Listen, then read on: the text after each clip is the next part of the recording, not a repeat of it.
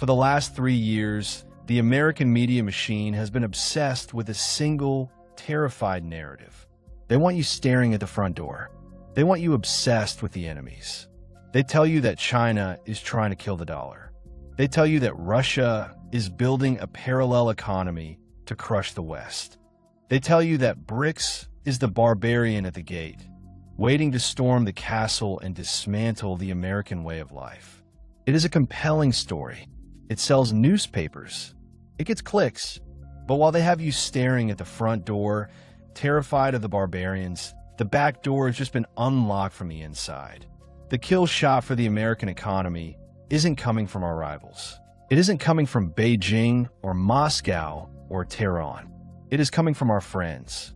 We are currently witnessing a phenomenon that history will likely call the quiet betrayal. This is a coordinated, mathematical move by America's closest military and economic allies to quietly, politely, and irreversibly exit the US dollar system. These are nations that host our military bases. These are nations that sign trade deals with us. These are the people we invite to state dinners. And they aren't doing this because they hate us. They aren't doing this because of some grand ideological war against capitalism. They're doing it because of cold, hard mathematics. They're looking at our $38 trillion debt. They're looking at our weaponized sanctions regime. And they have realized that the United States is no longer a bank vault. It is a burning building. And in a burning building, the first person to run for the exit isn't a traitor. They're just the most observant. The media will not tell you this because it breaks the narrative of us versus them.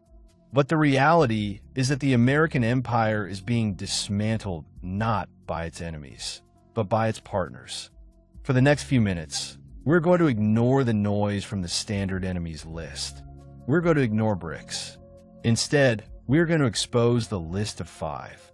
These are 5 specific allies, nations you would never suspect, who are actively building the infrastructure to bankrupt American hegemony. We will break down exactly how they're doing it, why they felt they had no choice, and what happens to your savings when the people holding the safety net decide to let go. Let's look at the first name on the list, the one that hurts the most, the wallet, Japan. Japan is supposed to be the unbreakable ally. For decades, Tokyo has been the faithful servant of the U.S. Treasury. They're the single largest foreign holder of U.S. debt, holding over $1.1 trillion of our paper. They're the piggy bank that Washington raids whenever we need to fund a deficit or fight a war. The relationship was simple. We protect them, and they buy our debt. It was the perfect symbiotic relationship, until it broke. What is happening in Japan right now is a financial tragedy that is forcing their hand. The Japanese yen is in a death spiral. It has lost nearly a third of its value against the dollar in just a few short years. This isn't an accident. It is a direct result of U.S. policy. The U.S. Federal Reserve kept interest rates historically high to fight our own inflation, while Japan kept their rates low to stimulate their dying economy. This created a monster known as the carry trade.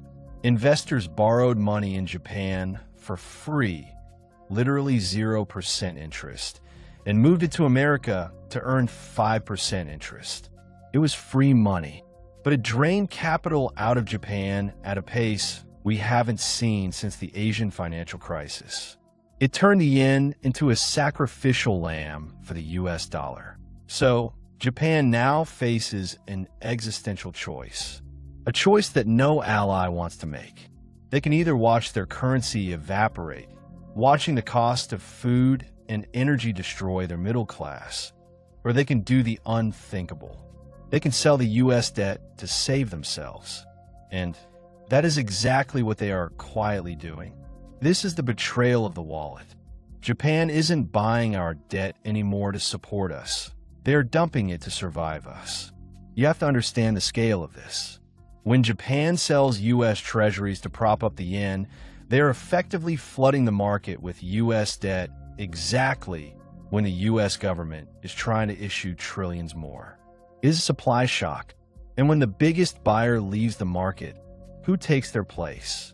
Nobody. There is no one else with a trillion-dollar balance sheet willing to step in. But there is a secondary explosion waiting here. The unwinding. If Japan is forced to raise their own interest rates to defend the yen, that carry trade, trillions of dollars of cheap money that supports the US stock market, reverses. The liquidity that has been pumping up the S&P 500 gets sucked back to Tokyo. This is the nightmare scenario the Fed fears most. A crash in US stocks caused not by a recession, but by a margin call from Japan. Now, let's move from the bond market to the energy market. Everyone talks about the Middle East as if it's a monolithic block of chaos. But there is one player who has been the cornerstone of the American financial order for 50 years. Ally number 2, the holdout, Saudi Arabia. To understand this betrayal, you have to go back to 1974. The United States was in crisis. Inflation was raging, the dollar was weak. So we struck a deal with the House Assad. It was simple, cynical, and brilliant. The United States would provide total military protection to the Saudi kingdom. We would sell them weapons, we would guard their borders, and we would ensure the royal family stayed in power. In exchange, Saudi Arabia agreed to price its oil exclusively in US dollars. This was the birth of the Petro-Dollar. It meant that every nation on Earth, if they wanted energy, had to hold US dollars. It created a permanent, artificial demand for our currency. It allowed us to print trillions of dollars without hyperinflation because the world had to absorb them to buy oil. But recently, the ground shifted beneath our feet. While the internet was distracted by rumors of a contract expiration, Saudi Arabia did something far more concrete and far more dangerous. In June 2024, they officially joined Project Bridge. This isn't a rumor. It is a digital currency platform developed by the Bank for International Settlements and heavily influenced by China. It allows central banks to settle trades instantly, peer-to-peer, without ever touching the US banking system. Think about the implications. Saudi Arabia can now sell oil to China, receive digital yuan, and use that yuan to buy infrastructure from Beijing, all within seconds, and completely outside the view of the US Treasury. They have effectively declared that the dollar is no longer mandatory. The monopoly is broken. We have gone from oil for dollars to oil for anything. When the world's biggest gas station stops requiring your credit card, your credit score doesn't matter anymore. The artificial demand for the dollar is evaporating, and that means all those dollars we printed are coming home. Now, let's travel to Southeast Asia. This is a region we typically count as a strategic partner against China. We conduct naval exercises with them. We sell them jets. We assume they're on our team. But ally number 3, the factory, which includes the nations of ASEAN like Indonesia, Malaysia, Thailand, and Singapore, is quietly unplugging the machine. This is the most underreported story in the financial world because it sounds technical, but it is a digital kill switch for the dollar. For decades, trade in Southeast Asia was inefficient. If a factory in Thailand wanted to buy rubber from Indonesia, they couldn't just pay in Thai baht. The Indonesian bank wouldn't take it.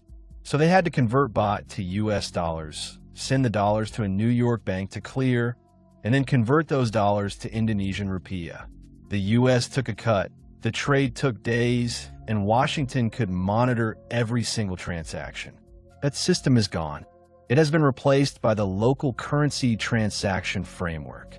The ASEAN nations have built a unified payment system, connected via simple QR codes and modern fintech rails that allows 600 million people to trade instantly with each other without using the US dollar as the middleman.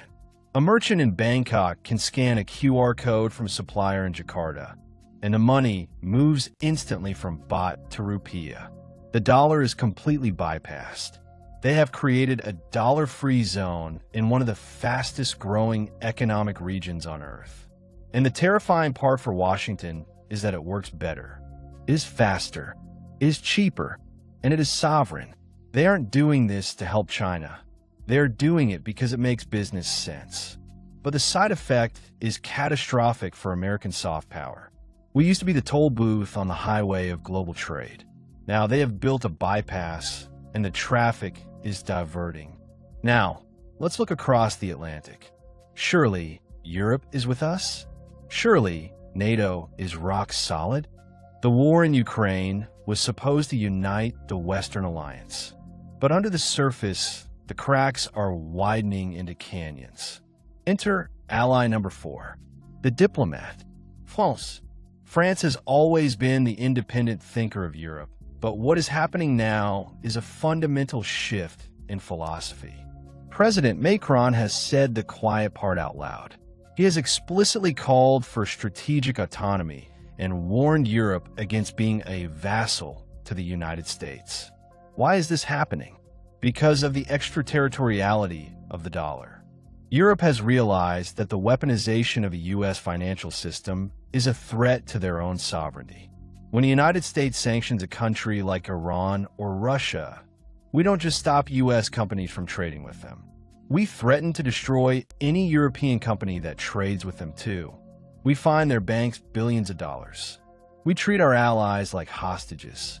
France and the broader European leadership are tired of paying the price for American foreign policy. They look at the energy crisis they just suffered, forced to buy expensive American LNG because they cut off Russian gas, and they feel exploited. So, they're building a financial firewall.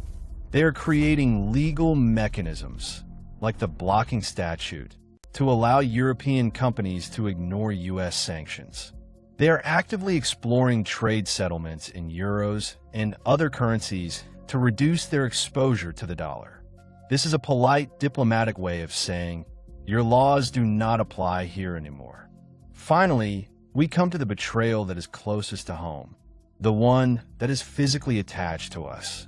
They are creating legal mechanisms, like the blocking statute, to allow European companies to ignore U.S. sanctions.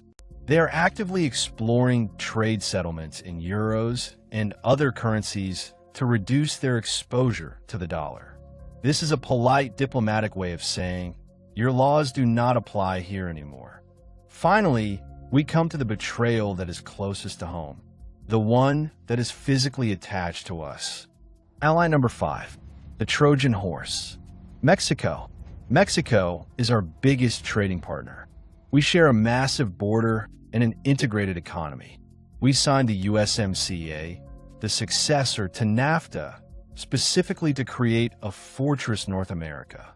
The entire point of the deal was to strengthen the North American supply chain and lock China out.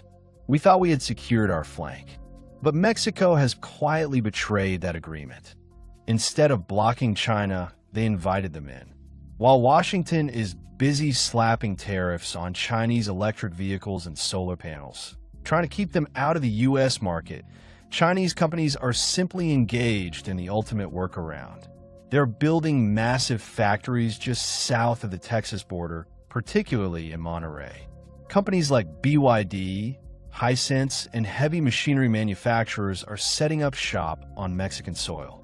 Here is the mechanism. They ship the parts from China to Mexico.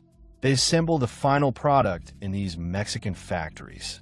And then, because of the free trade agreement, they ship the finished goods into the United States tariff-free, labeled as Made in Mexico. Mexico is becoming the laundromat for Chinese manufacturing. They are washing the origin of the goods. We think we are sanctioning China. In reality, we are just paying a middleman fee to our neighbor. This betrayal is perhaps the most dangerous because it proves that even our ironclad trade deals are leaking. The US dollar wall has a backdoor, and Mexico just gave China the key. Now, if you step back and look at these 5 allies, Japan, Saudi Arabia, ASEAN, Europe, Mexico, they seem different. Different geographies, different economies. But there is one specific asset that connects them all. One thread that proves this isn't a coincidence. Gold. While they're publicly shaking hands with U.S. diplomats, their central banks are quietly buying gold at a pace we haven't seen since the end of World War II. Why? Because gold is the only neutral reserve asset. It is the only money that cannot be sanctioned, cannot be frozen, and cannot be devalued by the Federal Reserve. When Saudi Arabia joins BRICS, they're moving to a system backed by real assets. When ASEAN uses local currencies, they hold gold to settle the imbalances. When Europe talks about autonomy, they are repatriating their gold reserves from New York and London back to their own vaults. They are preparing for a world where the dollar is just one option among many, and potentially the worst option. They are building a lifeboat. And the fact that our closest friends are buying lifeboats should tell you everything you need to know about the condition of the ship. The narrative that we are fighting a lonely battle against a few rogue states is a lie. The reality is much starker. Japan is dumping the debt. Saudi Arabia killed the Petro-Dollar monopoly. ASEAN built a new payment rail. France is blocking our sanctions. And Mexico is letting our rivals in through the back door. Not a single one of these countries is a member of BRICS. These are our friends. These are the pillars of the post-World War II order. And they're all moving in the same direction, away from the dollar. America is becoming financially isolated. We are becoming an island of debt in a world that is rapidly building bridges around us. Bridges that we do not control and cannot toll. The media will keep telling you to watch out for the barbarians at the gate. But the math says that when your allies leave, your currency collapses. Listen to me closely. The window to position yourself is closing. The global order is changing now, not in 5 years. If this briefing scared you good, it should. Fear is the only thing that will make you move. Do not click away without subscribing. If you missed the next briefing because you forgot to click a button, that is on you. We are building a fortress here, and you need to be inside it. Smash the like button to break the shadow ban. The media wants this story buried. Your like is the only weapon we have to get the truth out. And share this video with the person who thinks everything is fine. Shatter their delusion. You owe it to them to show them the cliff before they drive over it. The world is moving on. Do not be the casualty left behind. I'll see you in the next one.